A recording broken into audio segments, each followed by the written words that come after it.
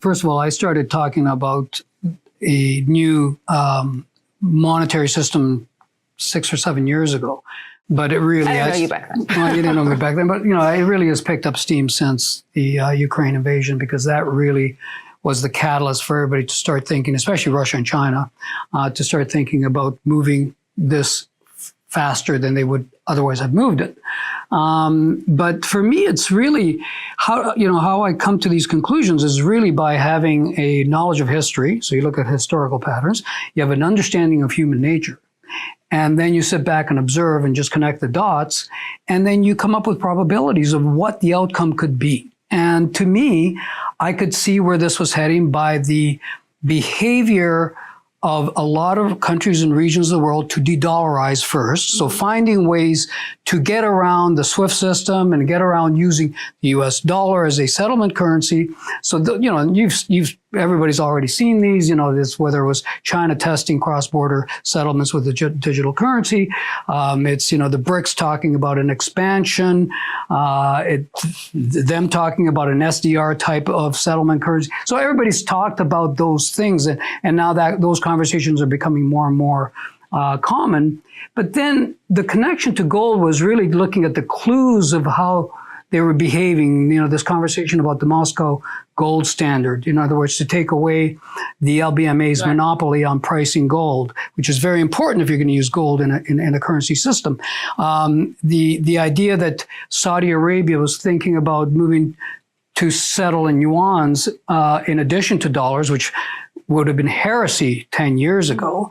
All of these things, what you mentioned, the Iran-Russia conversation about a stable coin, the golden ruble that was talked about at the beginning of the Ukraine war, all of these things lead me. And then to kind of all wrap it up in a nice bow, you've got very aggressive central bank buying around the world, especially Russia, China, India, now Brazil, and buying physical gold. So the gold's moving from the west to the east at an accelerating pace.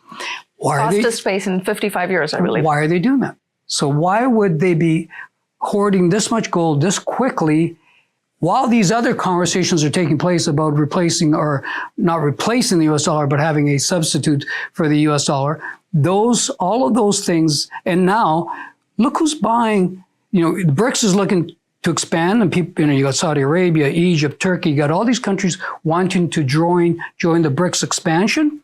What are they doing? They're buying physical gold, all of them, all their central banks. So to me, that just tells me that there's a probability that whatever they come up with, and my best guess is going to be a BRICS type currency, like a basket of currencies backed by gold. You can never in history has a new currency been launched without gold backing at its inception. Eventually, they all lose their discipline and they move away from gold, including the US dollar, but they all start with a gold backing. So you have to establish trust with a new currency. If China were to want to make the yuan a respected currency, an international reserve currency, it would have to be backed pretty fully by gold. But I think it's not going to be China. I think it's going to be China and others coming together using gold because it's the easiest thing to use. Gold is money. It's already owned by the central banks. The idea that, about commodity-backed currencies, that's a very complicated, cumbersome, in my opinion, approach to backing a currency. I think it would be too difficult to do. I think gold is easy. It's there. You don't it's already see gold money. Maybe it's just part of the basket of commodities here? No, I actually see it as just solely backed with gold. Partially backed by gold. Partially backed by gold being the sole commodity in this equation. That's the way I see it. That's the way I see it, because otherwise, why are they buying all this gold? Maybe.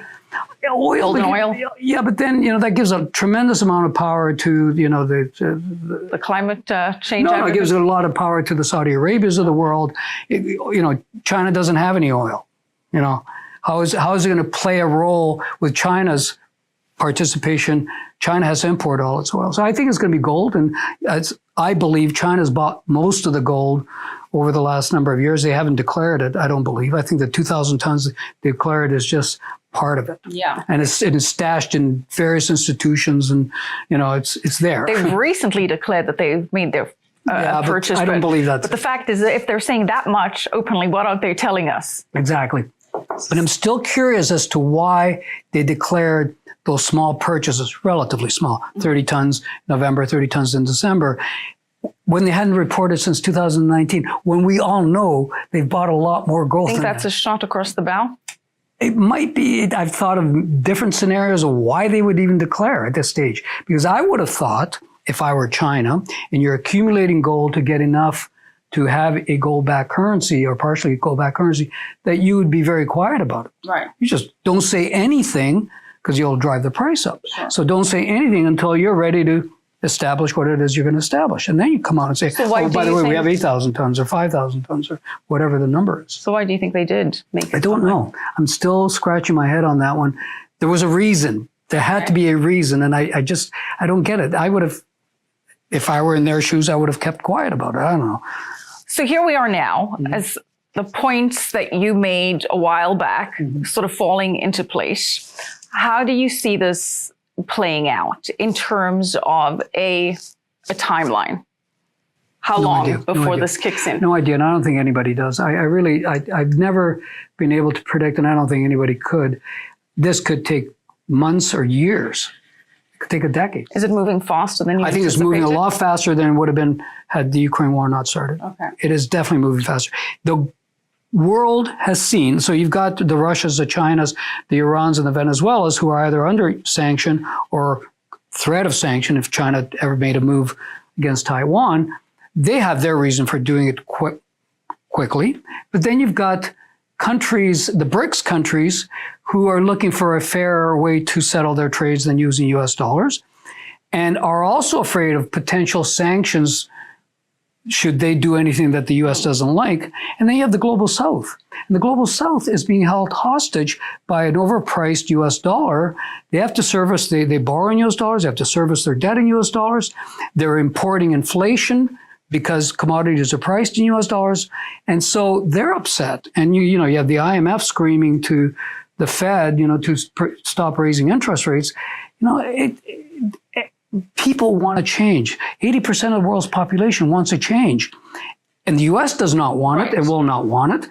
But how are they going to stop it if the rest of the world? That's my next question, because obviously the US has enjoyed the privilege, of having the dominant global reserve currency. And that's not something you're going to want to give up. Yeah. So I don't see the US just saying, all right, sure, go for it. How do you see the US preventing this, reacting to this? I think it's sticks and carrots with the Global South, bribes and threats. Let's talk about the sticks. Well, the sticks are, they're already, you saw that the U.S. just threatened certain countries, I think the UAE and someone else, about being excluded from G7 markets if they find ways around sanctions. So the U.S.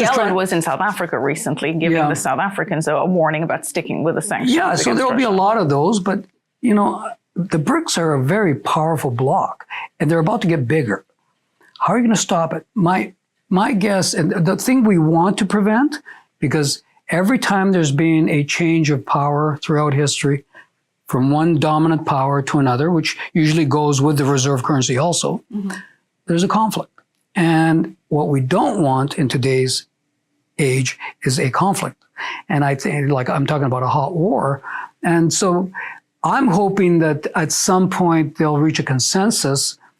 The U.S. has to know it can't remain dominant forever. It can't.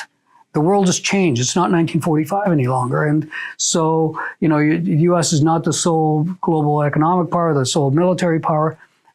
So there has to be a change, and you would hope they'd do it like they did Bretton Woods, the original one, through consensus. I just worry that we're living in a very fragile geopolitical world right now where that's not going to happen, and that worries me.